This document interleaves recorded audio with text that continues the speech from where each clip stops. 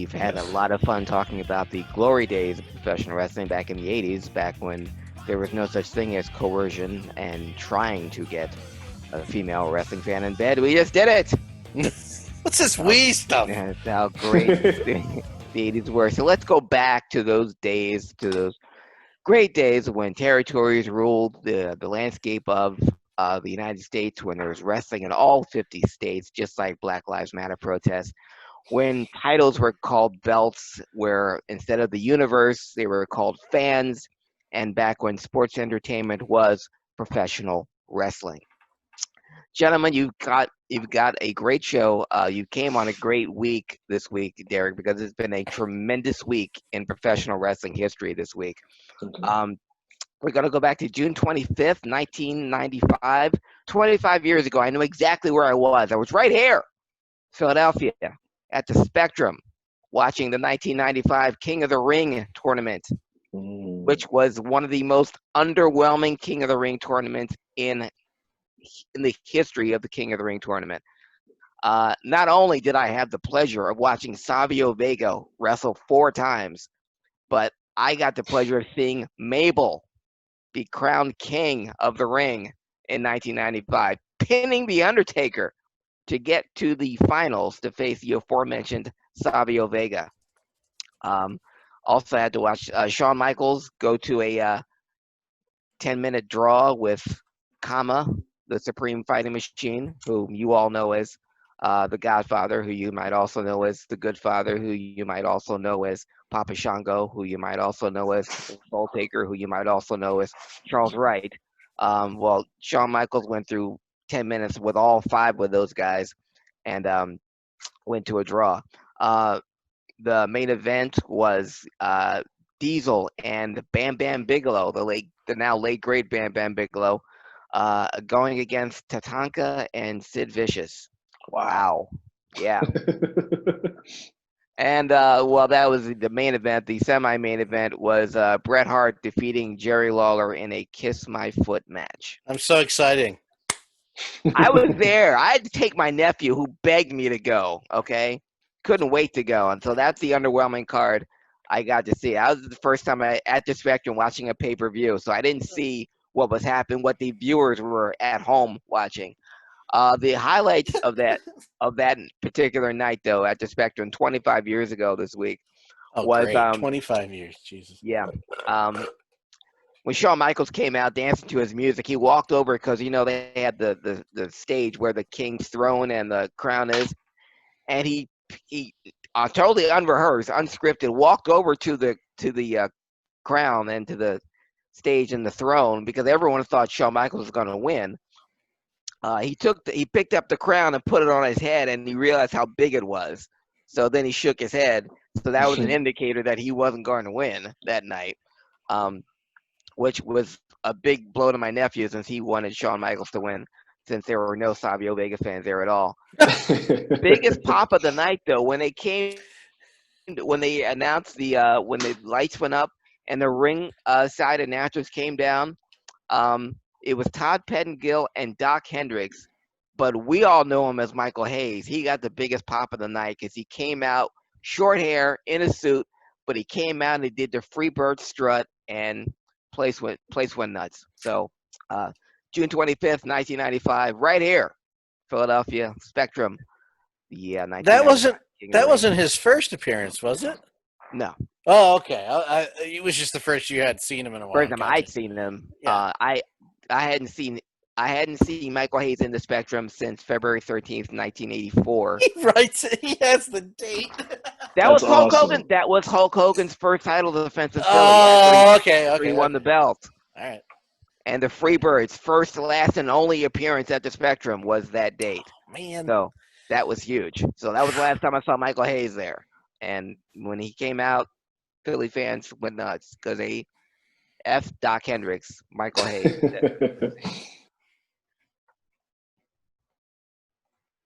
Uh-oh. We lose him? Oh. Uh-oh. Oh, no. Wait, no, he's back.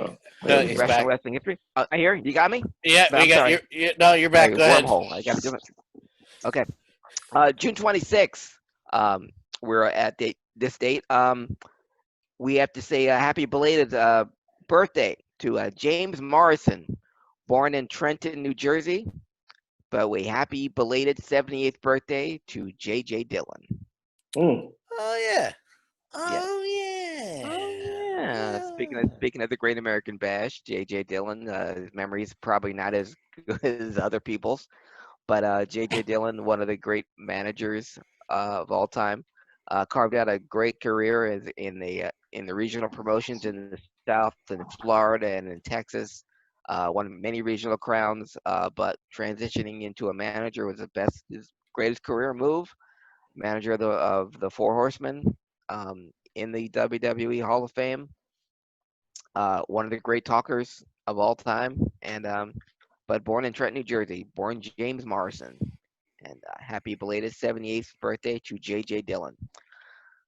June 26, 1976, gentlemen, I still consider this the date of the very first WrestleMania. Because on this date, uh, which was still one of the greatest days in professional wrestling history, there was a showdown in Shea Stadium, um, June 26, 1976. Every match on this card could have had its own documentary because of stuff that went on. Um, I saw this match again right here in Philadelphia, closed circuit TV at the Spectrum. There was no pay per view. Closed circuit TV meant you had to go to the arena to watch a match beamed live via satellite. And in Shea Stadium, June 25th, 1976, was not only the return of Bruno Sammartino, 3 months after having his neck broken by a very young Stan Hansen. This was his return Wow. match against Stan Hansen, the main event. Semi-main event, because also on that same card, Andre the Giant went up against boxer Chuck Wepner. Mm. Again, that match deserves its own documentary because if you know the history of Chuck Wepner, one of the men who knocked down Muhammad Ali, the inspiration for the movie Rocky. Oh, what? And yes, Uh, Sylvester Stallone's watching Chuck Webner fight Muhammad Ali, and he had no chance at all to win. And he knocked Ali down in the 14th round. Some people still maintain it's a slip that he tripped over Webner's foot, but still he went down. Caused whether it was a trip or not. Sylvester Stallone wrote Rocky because of Chuck Webner, and so Chuck Webner fought Andre the Giant. If you watch it now, um, just a tremendous uh, controversial shoot fight between Andre and Chuck. At one point, Chuck Wepner, after Andre had him in a bear hug, hit Andre the Giant in the back of the head 12 straight times in Wow. order to get Andre off. Andre eventually dumped him over the ropes. But yeah, that was the wrestler versus boxer match that took place in Shea Stadium. And that was the setup for the main event wrestler versus boxer match. Still the most famous wrestler versus boxer match of all time. Antonio Inoki versus the greatest Muhammad Ali. was it a shoot fight or was it a shoot fight? No. Andre the Giant and Chuck and both the Andre Wepner, Ali Inoki were shooting. Okay. Again, this is a bout it should have had its own documentary.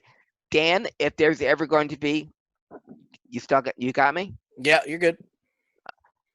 If there's ever going to be another story, because I think they ran out of stories with the Dark Side of the Ring, Ali versus Inoki deserves one because there was more conditions put on this match before it started. Uh, Inoki wasn't allowed to get Ali into any holds, in no submission locks or anything like that. Um, he was allowed to kick, but he wasn't allowed to grapple Mm. Ali. Inoki, though, didn't want to get knocked out, didn't want to stand toe to toe with Ali, so he spent all 15 rounds of the bout on his back, What? trying to get Ali and he would sweep the leg. He kept trying to sweep the leg, and he got Ali down like 3 or 4 times with the sweeping kicks on his leg. They'd start off the match, and they went a full 15 rounds. Wow. They'd start off standing, and then Inoki would go right to his back, and Ali would taunt him to get up, but Inoki was like on his back like a turtle, and he'd kick Ali's legs. And at one point, he had Ali in the corner, and Ali got in the corner and was kicking him with his legs, and Inoki was kicking upwards with his legs, and Ali was kicking downwards. It got booed hastily. Ali was this was during the middle of his second title reign. The most popular, still the most popular athlete in the world. But Inoki and Ali was seen as an embarrassment, and people left. We were booing all there in the Spectrum with my dad, and we couldn't believe we watched this stuff. And this was like at 1:00 in the morning. It was in Japanese time, so the Shea Stadium bout took place on June 25th. The Ali Inoki bout took place June 26th. Inoki was seen as a hero because he can say he went the distance with Muhammad Ali. Yeah, I guess. Yeah. Yeah. But if you watch it, it's about all over YouTube. I mean, it's legendary. Muhammad Ali versus Antonio Inoki, and they remained great friends up until Ali's death. But the main story, the people that don't know what the lasting effects of those kicks by Inoki caused so much damage in Ali's left leg that he developed serious blood clots. Okay, to the point where he couldn't push off effectively in later fights, which caused him to lose to lesser opponents like Leon Spinks. Really? And yeah, and almost to the point where he had to be rushed to the hospital because he had a blood clot in his left leg caused by the kicks by Inoki. So it cost long. So as much as that fight was held up as an embarrassment to boxing, and it was a highlight for professional wrestling because it had Ali attached to it, and is mostly see it as an embarrassment or a disgrace. The effects of that fight stayed with Ali for the rest of his career. Wow. Those sweeping leg kicks by Antonio Inoki. So I still consider June 26, 1976, Ali versus Inoki, Andre the Giant versus Chuck Wepner, Bruno Sammartino versus Stan Hansen as the first WrestleMania. But all that took place June 26, 1976. Wow. Go ahead, Derek.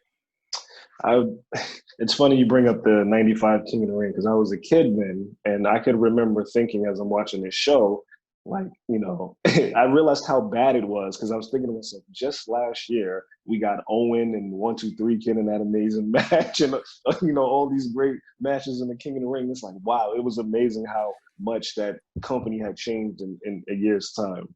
Yes. Now your king is Mabel. Yes. It's like, is this your king? Thank you. Black Panther 2019. Thank you, folks. I'm here all week. Staying on that date, June 26, 1978, in Madison Square Garden. This was a bout that was featured in my favorite After magazine, The Wrestler. It was a night at the Garden. They would do every once in a while. They feature I'll do a whole feature of a night at Madison Square Garden. And this was a night when the WWF Tag Team Championship changed hands when the Lumberjacks, Pierre and Eric, defeated the team of Dino Bravo and Dominic Ganucci, which was my favorite tag team at the time. But the other place, the Giant and Ivan Putski took on the team of Luke Graham and Superstar Billy Graham. And now, in wrestling terms, they were brothers, part of the Graham brothers. You had Dr. Jerry, you had Eddie Graham, and you had Luke Graham and Superstar.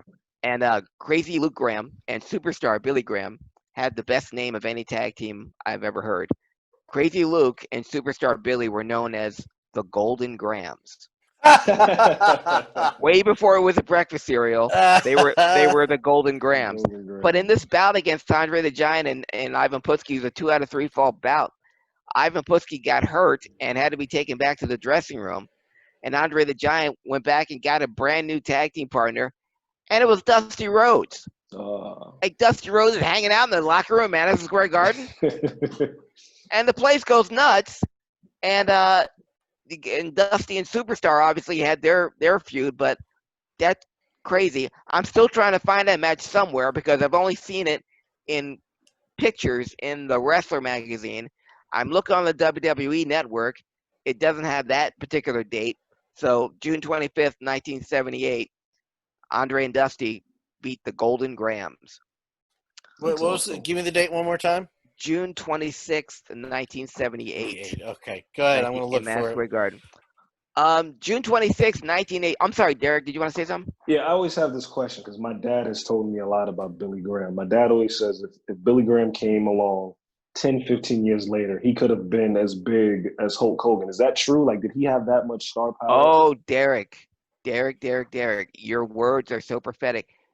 Superstar Billy Graham has a DVD called 25 Years Too Late. Okay. Oh, yeah. Superstar Billy Graham, and I've said this on this podcast many times, is the most influential wrestler of his generation. If Superstar was the first man to tear off his T-shirt before he got to the ring, Okay. Superstar Billy Graham was the first guy to refer to his arm as pythons. Oh, Okay, Superstar was the first one to wear feather boas, not Jesse Ventura. yeah. Okay, it was Superstar. Everything Hulk Hogan and Jesse Ventura are is because of Superstar Billy Graham. That's And they've amazing. said that over and over again. Superstar Billy Graham was so over. He was like the Nolan. I said Tessa Blanchard was the TO of wrestling. Superstar Billy Graham was the Nolan Ryan of wrestling because he had nothing but heat. Everywhere he went, he Mm, just got heat. If you watch, now we had homework to do. We had to watch old matches from Madison Square Garden. Go to the year 1977. okay. Watch Superstar Billy Graham come to the ring with no music, no pyro, no nothing.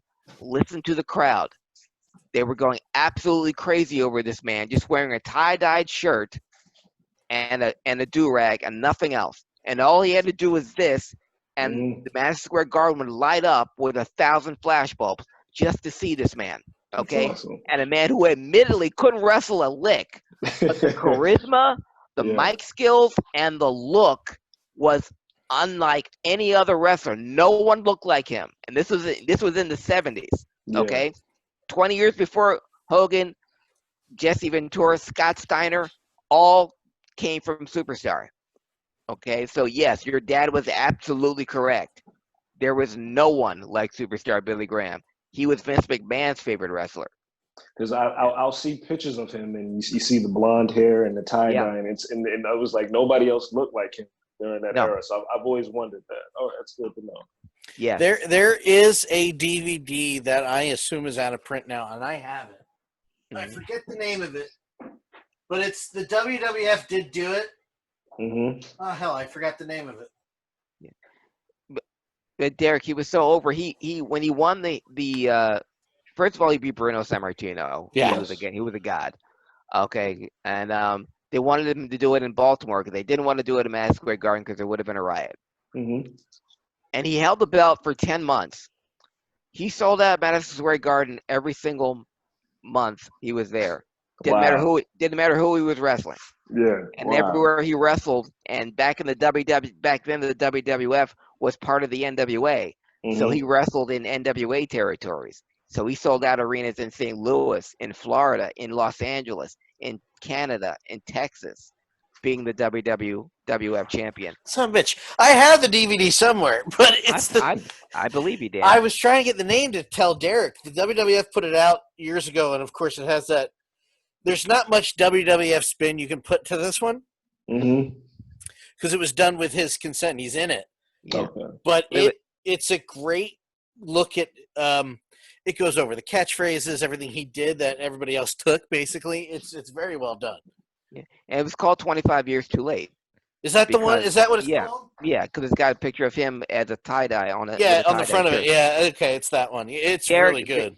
they gave him, when he won the title from Bruno, they gave him a start date and an end date. Mm-hmm. And said, you're going to win the belt here, April 30th, 1977, and you're going to lose the belt February 10th, 1978. We already have this kid, Bob Backlund, coming up because the company wanted an All-American boy babyface. With Bruno, they were tired of the ethnic champions. With Bruno, with Pedro Morales, they'd sell out every month, but there'd be riots. Yeah. Uh, Puerto Ricans like Pedro would get beat up. He wanted an all-American boy. British Vince wanted his own Jack Briscoe. He was enamored with Eddie Graham and with what Eddie Graham was doing in Florida. And Superstar was actually wrestling in Florida when he came up to the WWF as part of a handshake deal with Vince McMahon. So they told Billy Superstar, "You're going to lose the belt here." What they didn't count on was Superstar was selling out everywhere he went. Yeah. And had Vince Jr. been running things, Superstar would have held that belt at least another year or so. Yeah. And he was already selling out as a heel. Turn him face, who knows how long you would have gone. But you had to stick with it. Bob Backlund was the man. Bob Backlund won the title from Billy Graham in February 1978, held it for another 5 years, and Superstar Billy Graham went into a deep depression, and he was absolutely distraught, and he still talks about it to this day, about how it was taken from him. Yeah. And now you see guys like Hulk Hogan and guys like Scott Steiner and and they gave Billy all the credit. Hogan, Jesse Ventura rather inducted Superstar into the Hall of Fame and said, I took everything from this guy, stole everything from him. Yeah, in Hogan's but defense, it still kills him. In Hogan's defense on this one and this one thing alone, it wasn't like he was like, it wasn't like the Buddy Rogers thing where it was kind of like, well, he's gone now. He was acknowledging Billy Graham that entire time. And the only reason I know Billy Graham was a thing at my age was because of the guys that always put him over, who was doing the stuff he was doing before them, even as like Jesse Ventura was announcer by the time I was watching. But I knew Billy Graham was acknowledged. And it wasn't until years later when that DVD came out when I was like, well, holy crap. All right then. So Superstar Billy Graham was the most influential wrestler of his generation. That's awesome. That's awesome. That he was. Speaking of awesome, that same day, June 26, 1983, in Minneapolis, Minnesota, the Sheiks, this is the name of the tag team, Crusher Blackwell and Ken Patera, they were known as the Sheiks because they both denounced America, and they took up with Sheik Adnan Al-Kaisi. Well, on this day, June 26, 1983, they defeated the team of Greg Gagne and Jim Brunzell for the AWA Tag Team title. That's significant because that ended the 2-year and 3-month title reign of Greg Gagne and Jim Brunzell. And I say that, gentlemen, because to this day, and this was 37 years ago, no tag team in any company, AWA, NWA, or WWF, has ever held a tag team title that long. Greg Gagne and Jim Brunzell, to this day, 2020, have held a world tag team title longer than any tag team in professional wrestling. I'm going to ask. What are you going to say, Dan? Yeah, I was going to say I'm going to ask the similar question that Derek asked of Billy Graham. Not at the same level, but I'll ask it like this: Greg Gagne, was it just his father, or did he have some? What was his story? Was it just because it was his dad, or was he a real talent? He had talent. Okay. He was undersized. He didn't have any charisma. He was good looking. But Greg Gagne with Jim Brunzell, magic. Greg Gagne by himself couldn't sell out a YMCA. It's a shame because when I see him on interviews for any DVD or any documentary, he got what his dad had as far as brains, as far as wrestling. He knows inside and out the business, and he knows what he's talking about, full stop. But that is another guy, sadly, also, I want to throw him only because they were in the same company, Nick Bockwinkel, that I didn't know of as far as ability either way until by the time I was watching it was over. Yeah, me too. And there's a lot of good AWA stuff that I'm going back to watch because I need Bockwinkel in my life. Yes. Like, oh my God. That should be a T-shirt. I need Bockwinkel in my life. Oh my God. There's very few stars that you could pluck out exactly like they were without a change to their look, to the color of the tights, to the way they talk, to their presentation, that you could throw into TV this day and it would have the same effect. And I swear to God, I don't believe in him. I swear to Phil Collins, Nick Bockwinkel is one of the few. Nick Bockwinkel, I mentioned her. Go ahead, Derek. No, I was gonna say, I remember this is years ago before they had the network. WWE used to have like that on-demand channel, and every month they would play, you know, different territories, and I would watch AWA, and I would watch Bob Winkle and Bobby Heenan, and I remember thinking to myself, this is amazing stuff. Like it sticks, it holds up today. And you're right, Dan. If you took him and Bobby and put them on TV today, they'd be the best thing on any show they were on. Oh my God, it pains me. You saying that brought pain to me. That oh my God, they were the best wrestler manager combo of all time. God damn it! It was amazing. You had the best talking manager and the best talking champion there was, and it was Nick Bockwinkel. Speaking of, we were talking about Superstar Billy Graham being influential. Nick Bockwinkel was the first world champion to come out wearing a suit, with the blonde hair, talking down to the audience, talking about how bad. And if he didn't do it, Bobby would do it. Yes. So it's like, and between the two of them, they reigned supreme during the AWA. Amazing. Yeah, it was amazing. You know what's effed up about what we all just said, all three of us? Bobby and Nick. Nick doesn't need him.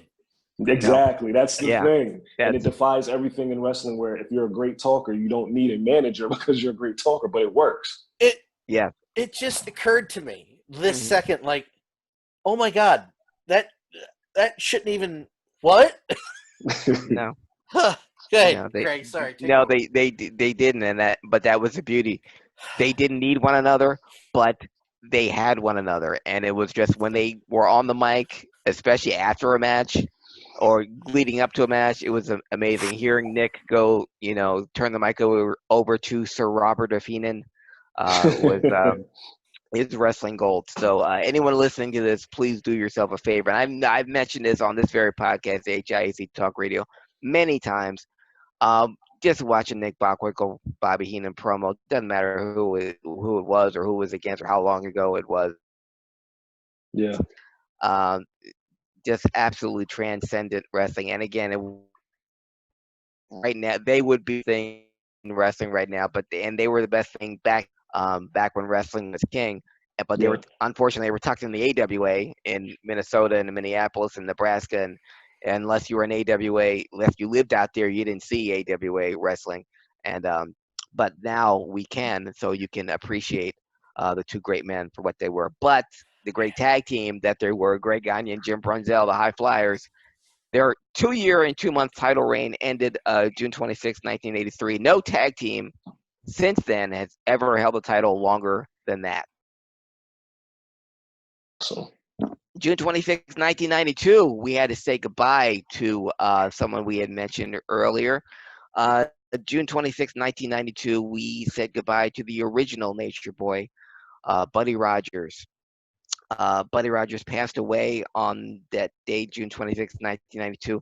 He had 3 strokes, and two of them were on that same day. And he was only 71. Jesus. I say only because he was in great shape. I was fortunate enough to see his last match ever, which was right here in Philadelphia in 1982, 10 years earlier, when he teamed up with Jimmy Snuka to go up against Captain Lou Albano and the late, great Ray Stevens. But Buddy Rogers was actually training for a match against the other Nature Boy, Buddy Landell. And that match was going to take place right here in Philadelphia at the Tri-State Wrestling Association under the auspices of Joel Goodhart.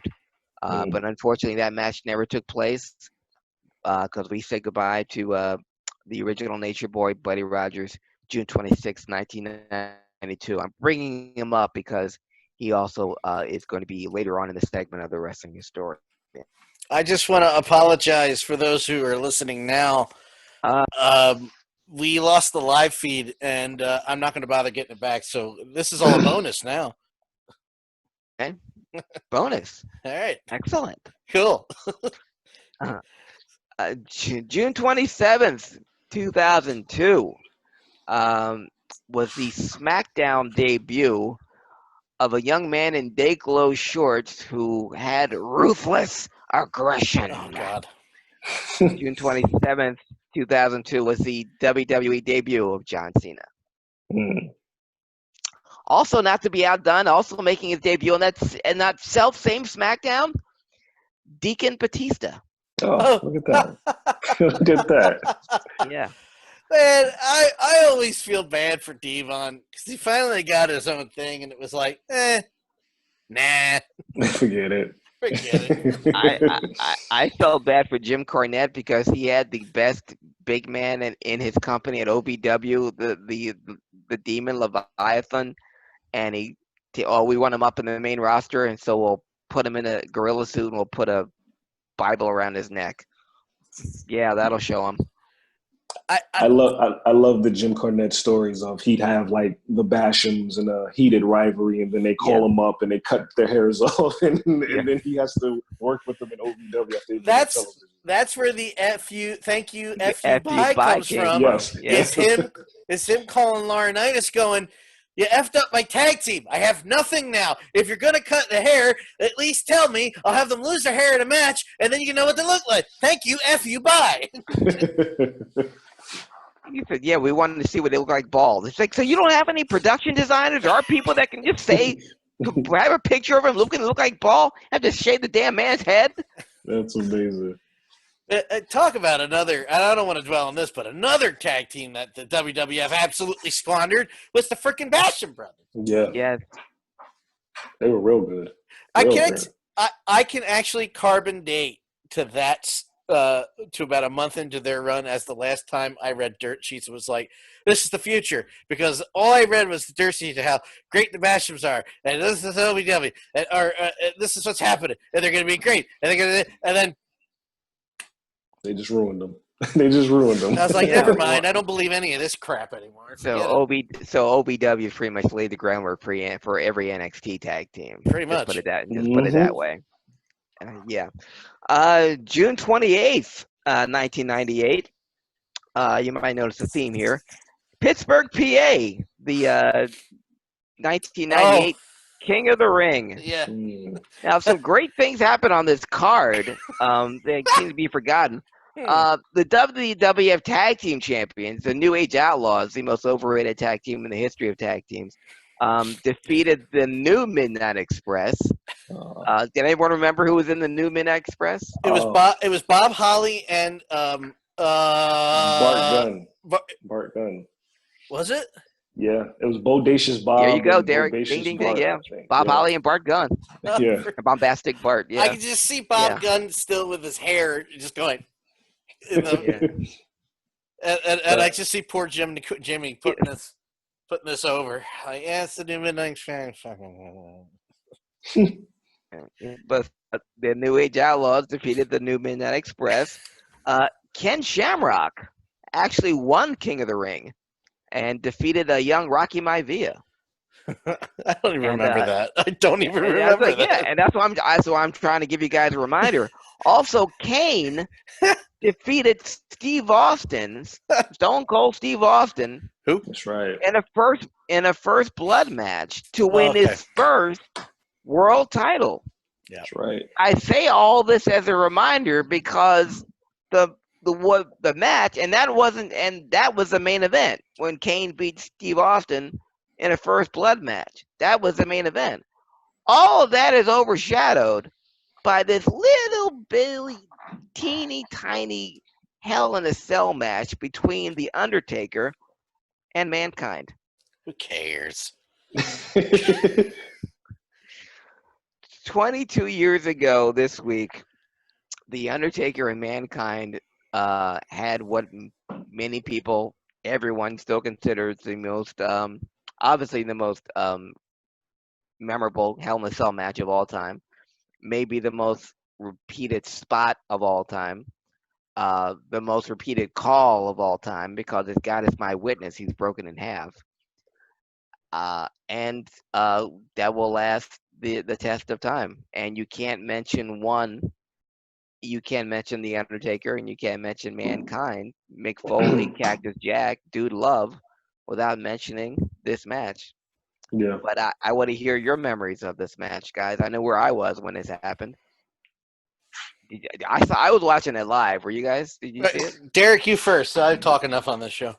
Yes, I was at my buddy Thomas's house, and we're watching it, and he throws him off the top, and I remember we all looked at each other like, "Well, is that it? Is the match over? Like, what's happening?" And it just keeps going and going. And my favorite line from that night is he gets choke slammed through the roof of the cage. He hits the mat. His body like contorts and twists, and Jerry Lawler just goes, "That's it. He's dead." That's it. He's dead. And I thought, "Yep, they killed him." This is how it was amazing to watch.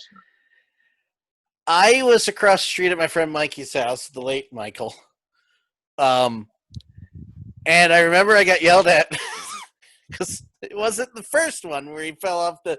It's the one that he says was worse, where Mick said that the harder one was going through the top of the cage onto the mat. Yeah. That hurt him more. Where I yelled out, "Holy F!" Yes. And Mikey's mom was like, "Hey, don't get out." I was like, "All right." And I just kind of slowly slinked towards the door, and then I stayed anyway. But I got the message. But I it's funny because people like this. There's that fake woke thing. It's the same people who say the Beatles weren't that good. Or like, well, that match is not that good. The first one's better. I'm like, hold on. Let's not get hasty here. That Mick Foley Undertaker Hell in a Cell is pretty goddamn good. Yeah. The only problem is I think that when a cage match gets announced, people think of Mick Foley, Mankind, and Taker, and then they get a slow, methodical grind, and they're always disappointed with cage matches. I'm like, well, cage matches are, I think, Ric Flair. Yeah. I think Harley Race. I think Tully TA, where it's just a two people. No wrestling moves. Yeah. Not a lot of high spots, one or two big superplexes, but just grinding each other to death. But people hear, "My God, he's broken in half," and "Oh God, he's dead." And I'm not saying that match ruined it. I just think you're never going to top that again. Yeah. I don't think there's been a cage match that has topped it since. No, what bothers me is that so many times they have tried to top it. Exactly. Where it's like, we're going to throw this guy. Yeah. Well, what the Kevin Owens Shane McMahon cage match, when they did all those moves on top of the cage, it's like, are they trying to get it to break so one of them falls through? And Mick Foley has said this, and he wrote it in his book. When he went up for the choke slam, he kept one foot on the ground. Had he usually he leaves his feet. Had he left his feet and he went through, he would have landed on his head. Yeah. The fact that he kept his foot on the cage when he went through made him land on his back, and the chair falling on his face was a complete shoot. That's what knocked his tooth out. Oh God! Was the chair falling? It's that hit. It's the double slap. It's the bang of the slap that I'm like, oh fudge. Yeah, but he would have landed on his head had he left his feet when Undertaker chokeslammed him. When I think the little known thing, when the Undertaker came down after he was hanging down and he landed, he broke his foot when he landed on the. Yeah. So he's climbing back up with this broken foot, and that's a shoot. That's Undertaker going, "Oh, okay, I guess we're going back up." Might as well. The only other match I think of that you talk about copying, whenever I think of that Hell in a Cell, I always think of Slamboree 2000. Derek knows what I'm talking about. Yes. And the triple cage when Mike Awesome throws Chris Canyon from the top of the cell part to the ramp below, and we're supposed to believe that he's dead. It's like, come on. Even at that point, I was like, come on.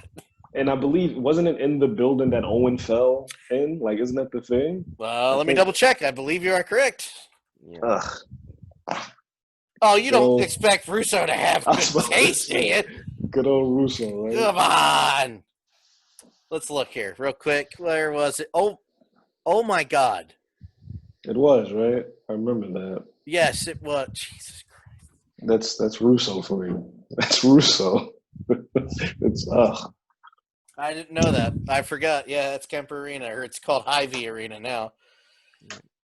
Wonderful. Kansas City. Well, that was June 28th, folks, 1998. The very next day, another significant date in wrestling history, June 29th, 1986. Now, the official statement was that the AWA heavyweight champion at the time, Stan Hansen, refused to wrestle Nick Bockwinkel in Denver, Colorado. Oh, is that it? So because of that, Stan Hansen was stripped of the AWA championship. What actually happened was Stan Hansen was due back in the United States to drop the belt to Nick, but Hansen had already made a promise to All Japan, and All Japan was already announcing and advertising an AWA title match, AWA title defense in July. And Stan Hansen, whose loyalty has always been to Giant Baba before Vern Gagne in the AWA, and that was one of his conditions of being AWA champion, that he would still make his Japanese dates. He never missed one. He never missed a U.S. date, but he would also be in Japan. So they asked him to drop the belt before going back to Japan. Hansen said, "Well, they've already advertised an AWA title defense in Japan, and I can't go back on my word to Mr. Baba." So they stripped him of the belt. Thing is, Stan Hansen had physical possession of the belt. So when they asked him to send it back, Favorite part he of the did story. after he ran over the belt with his truck several times. I was gonna say, not once. Yes. I think he took 2 more runs at it just to make sure Yes. he got it. Stan Hansen took the AWA heavyweight belt that had been worn proudly by the great Nick Bockwinkel, who we mentioned earlier, and laid it down and rode his pickup truck over it, backed over it, and ran over it. Promptly picked it up, put it in a package, and mailed it back to the AWA. The AWA, not to be outdone, when Nick Bockwinkel was presented the championship belt and in future TV interviews, and when he held up the belt, you could still see the tire marks on it to the point where fans were pointing it out. So a new belt was made for Nick Bockwinkel, and that AWA belt was never seen again. But the tire marks on it were by Stan Hansen. But on this date, June 29th, 1986, Stan Hansen was officially stripped of the AWA Heavyweight Championship. That's one of my favorite stories. That's amazing. Yeah. And it was another on that same date. Speaking of amazing, June 29th, 1999. The APA, the Acolyte Protection Agency, Bradshaw and Farouk lost the WWF Tag Team title to the Hardy Boys in their hometown of Fayetteville, North Carolina, and that would be the Hardy Boys' first WWF Tag Team Championship. 21 years ago this week. Wow. In their hometown. Now, WWF isn't very good about rewarding people in their hometowns. Sasha Banks. Yeah, Bailey. But the Hardy Boys won their first ever tag team championship in Fayetteville, North Carolina, June 29th, 1999, beating the much larger APA. June 30th, yesterday, 2 big birthdays. You might have heard some of them. Happy belated 35th birthday to Cody Rhodes, the current TNT heavyweight champion. And a happy belated 76th birthday to one of the greatest wrestlers, brawlers, talkers, performers, uh, people that have ever held the World Heavyweight Championship. Even though he only held it one time, that legend still remains. Happy belated 76th birthday to Terry Funk. I got nothing. Okay. Got nothing. The guy who revitalized his career about 6 times. And a guy who revitalized, or I should say vitalized, ECW. The guy who got kicked by a horse on national television. And yelled, "You goddamn horse." You And then he goddamn yelled at the horse! Well, let's just face it. The man from that's not the first time he was kicked by a horse. Yeah. Man that participated in the first ever empty arena match with Jerry Lawler. That's right. Yeah, some would say with their first hardcore match. One more Terry Funk thing. In the movie Beyond the Mat, where the doctor's got his knees up on the x-ray, and he's like, he basically says, your left knee's almost done, your right knee's been done for about 20 years. Can I live comfortably? No. You shouldn't be living comfortably now. What's wrong with you? Oh, I just was asking. Jesus. My favorite thing is what he took away from that was, well, can I live comfortably? No. No. What's wrong with Not you? at all. No, not at all. Oh, Terry. Yeah, and Terry Funk won his first and only NWA Heavyweight Championship December of 1975, folks. Forever. Forever. Forever. Yeah, his feud with Ric Flair, his feud with Dusty Rhodes. I mean, his feud with Jerry Lawler. Terry Funk is synonymous with great feuds and with great being a great heel. You know, there was not when Terry Funk was heel, there was no one that fans hated more, and there was no one who liked being hated more than Terry Funk. I just got done that Flair Funk match from Clash. Was it Clash? Yeah. Yeah, that still holds up. Troy, New York. Yeah. Oh, yeah. Oh, yes. Troy, New York. 34 chops that Flair delivered to Terry Funk's chest. That's not the match where. Correct me if I'm wrong. That's not the match where Harley Race yelled at him. No. Is that? There's a different match where he yells at him like, "What are you doing? Act like you're Ric Flair, idiot. Let's go." That changed it. Yeah. Yeah. But happy 76th birthday to Terry Funk, one of the last of the traveling champions in the NWA. You know, we're losing a lot of great ones, but Terry's still here. So happy belated 76th birthday.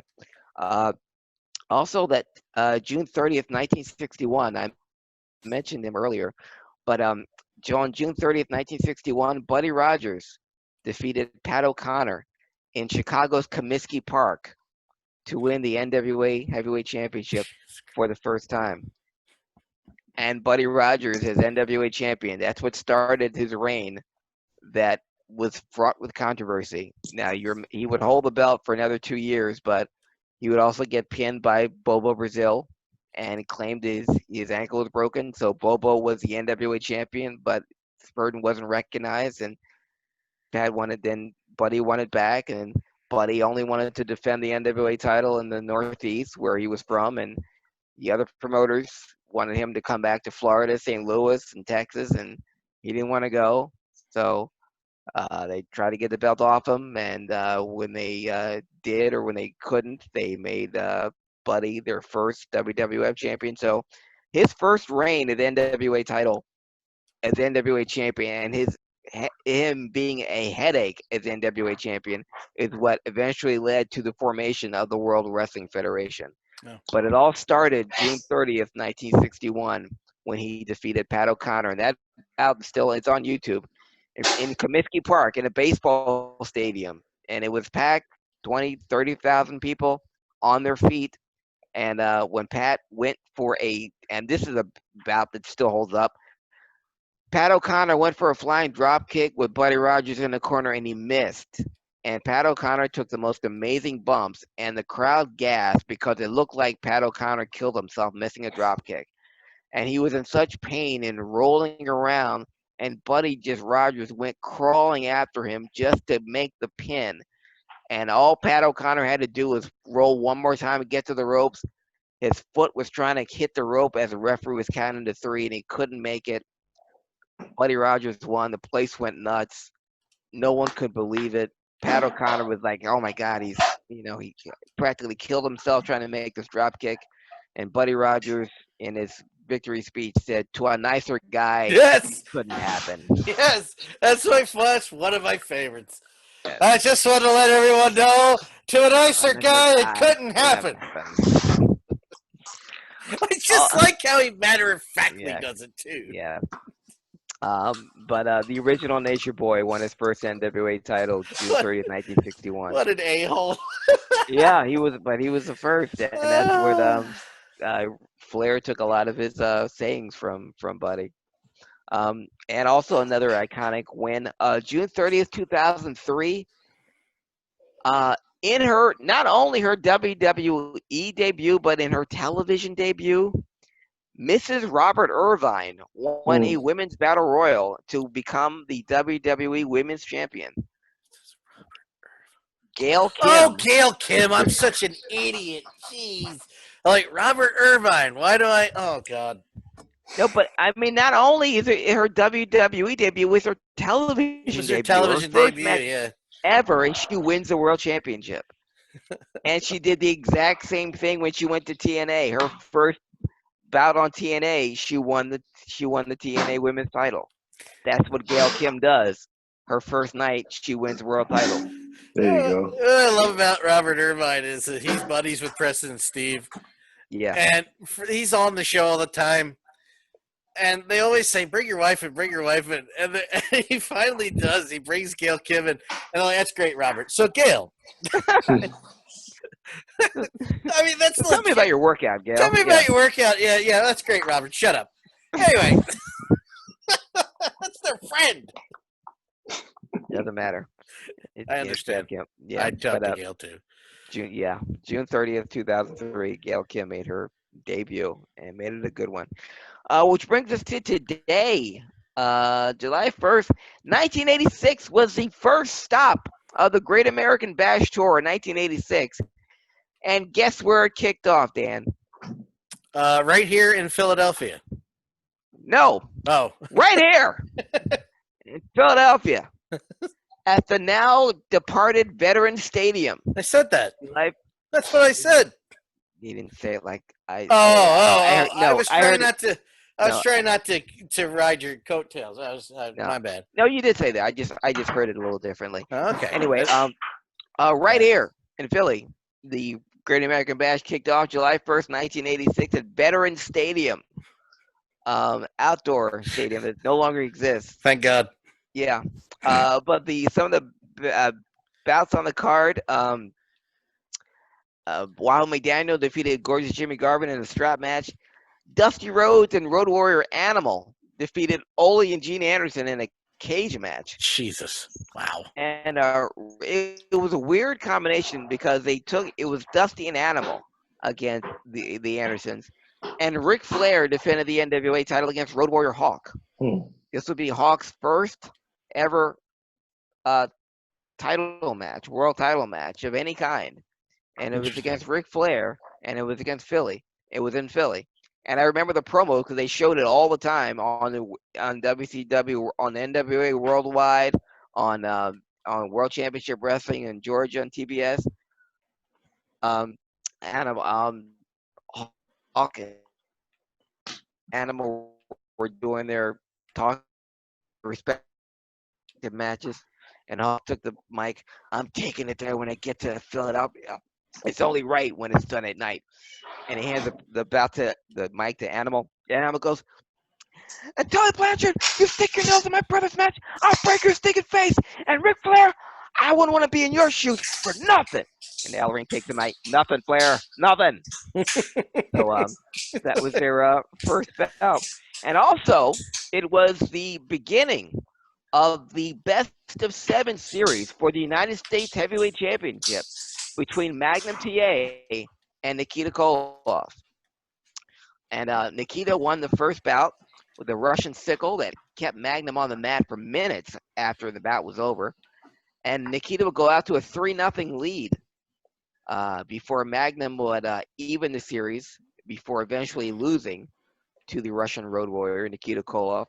But during the Great American Bash Tour that took place every day for the month of July through August, Ric Flair defended his NWA title in every single Great American Bash against Road Warrior Hawk, against Road Warrior Animal, against Ricky Morton, against Robert Gibson, against Nikita Koloff, against Magnum TA, against Ronnie Garvin, against Dusty Rhodes again.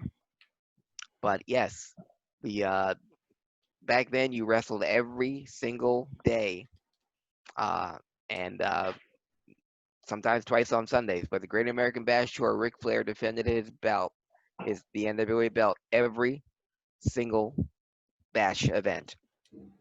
Exactly 5 years later, gentlemen, the NWA champion was Ric Flair. But on July 1st, 1991, despite being the NWA and WCW heavyweight champion, Ric Flair signed with the WWF. July 1st, 1991, he would summarily be stripped of the